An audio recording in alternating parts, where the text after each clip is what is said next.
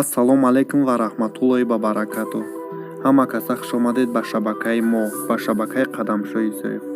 дустони азиз, чӣ тавре ки медонем, ҳамарӯза кӯшиш мекунем хо дар як ҳафта як навор бошад ё ду навор бошад пешкаши шумо гардонем.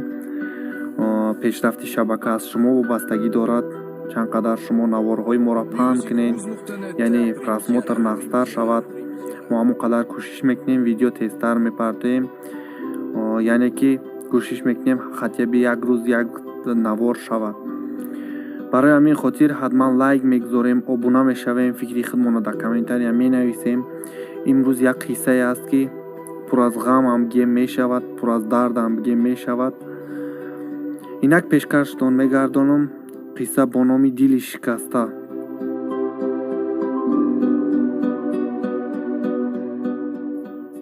марьям духтараки резапайкари чашмкабуди дилкаше аст. одами дидагӣ хоҳ мард ва хоҳ зан бо ҳавас ба ин духтараки ситорагарм менигарад. мо тасодуфан дар як тӯй шинос шудем. марьям вақте ки фаҳмид ман рӯзноманигорам, наздам омада худро шинос карду бебаҳона гуфт ки акаҷон, як чӣ нақл кунам, ҳаминро менависед? чаро не, менависам. акаҷон, ман дар ҳаёт сӯхтагӣ ҳастам. охир ин қадар ҷавонӣ ку? бале, мани 18-соларо модарам ба як хеши дурашон ба шавҳар доду ин ҷавонписар ҳамагӣ як рӯз бо ман истоду рафт ба муҳоҷират. бовар мекунед ки рӯяш дар ёдам нест. бисёриё масхара мекунад. мегӯяд ки чӣ тавр симои шавҳара дар ёдат нест.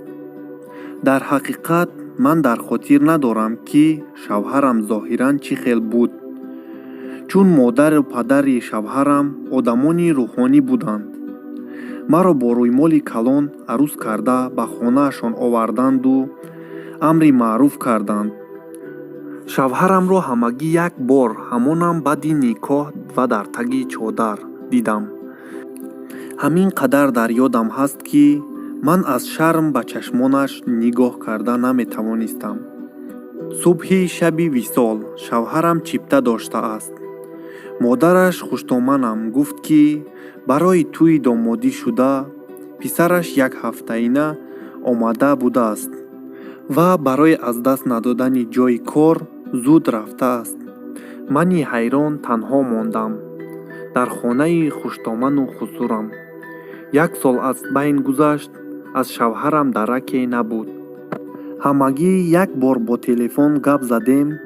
ӯ гуфт ки ман метавонам ба хонаи модарам равам. гирён пурсидам, пас чаро ин қадар расход карда маро гирифтӣ?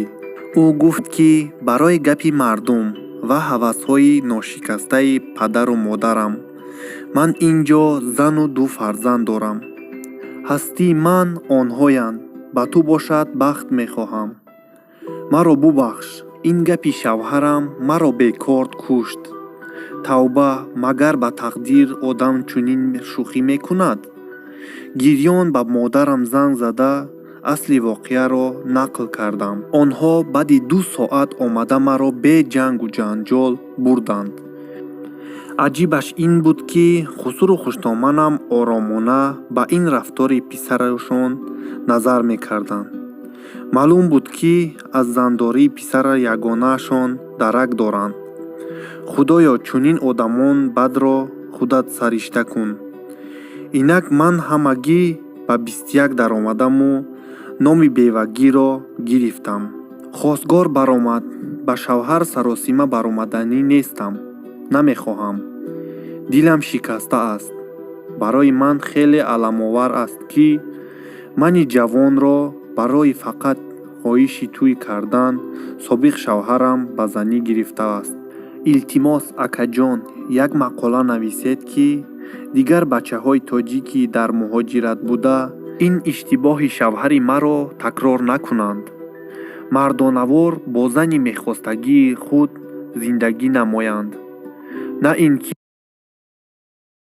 барои чодару чамани арӯсиву домодӣ шуда ҳаёти як духтари мардумро сӯзонанд.